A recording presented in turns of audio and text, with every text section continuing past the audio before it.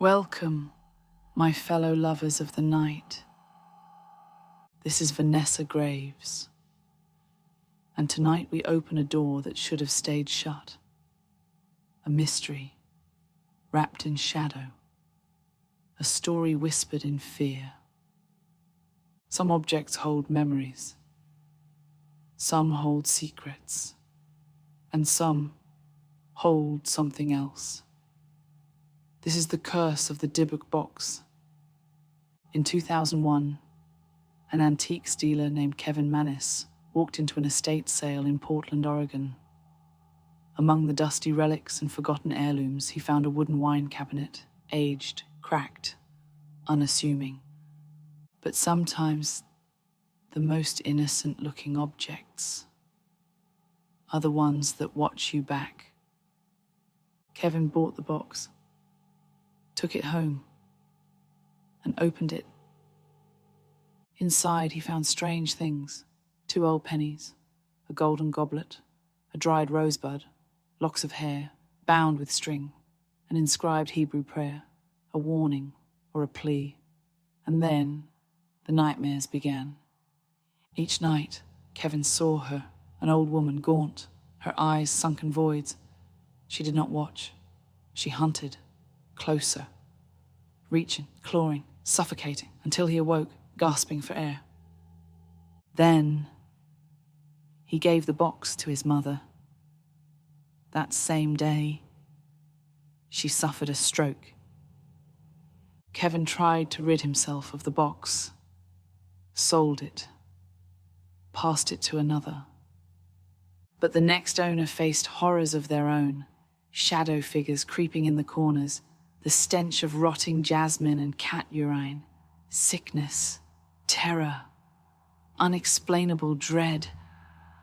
One by one, the box changed hands. One by one, misfortune followed, until it found him, Zach Bagans, paranormal investigator, host of Ghost Adventures. In 2018, he acquired the Dybbuk Box, placed it in his haunted museum in Las Vegas, locked away, hidden. But it was not silent. Then came Post Malone. The rapper visited the museum, stood in front of the box, watched as Zach Bagans touched it. And in the weeks that followed, a plane emergency nearly took his life. A violent car crash left him shaken. His home was broken into. Some call it coincidence. Some call it the curse of the Dybbuk Box. But what is a Dybbuk? In Jewish folklore, it is a restless spirit, a lost soul, trapped between worlds. It does not haunt a place. It haunts a person. Some believe the Dybbuk Box was never meant to be opened, that its contents were placed inside to trap something, seal it away. But once the box was opened, it was never going back. Or was it ever cursed at all?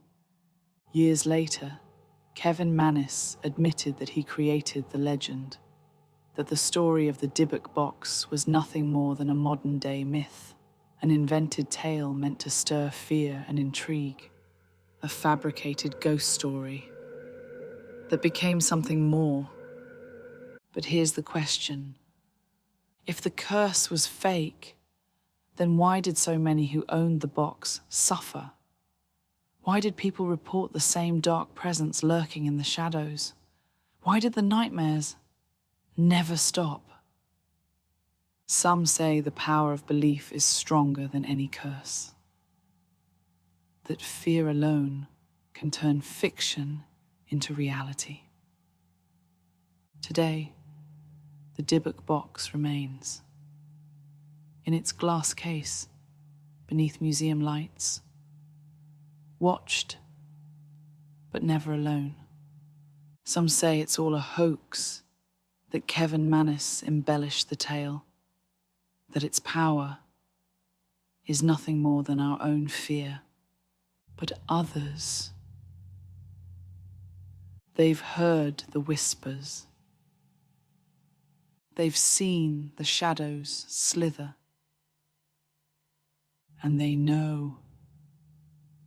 The Dybbuk Box is never truly silent. What do you believe? Until next time, keep your eyes open, keep your ears sharp, and always listen for the whispers from the grave.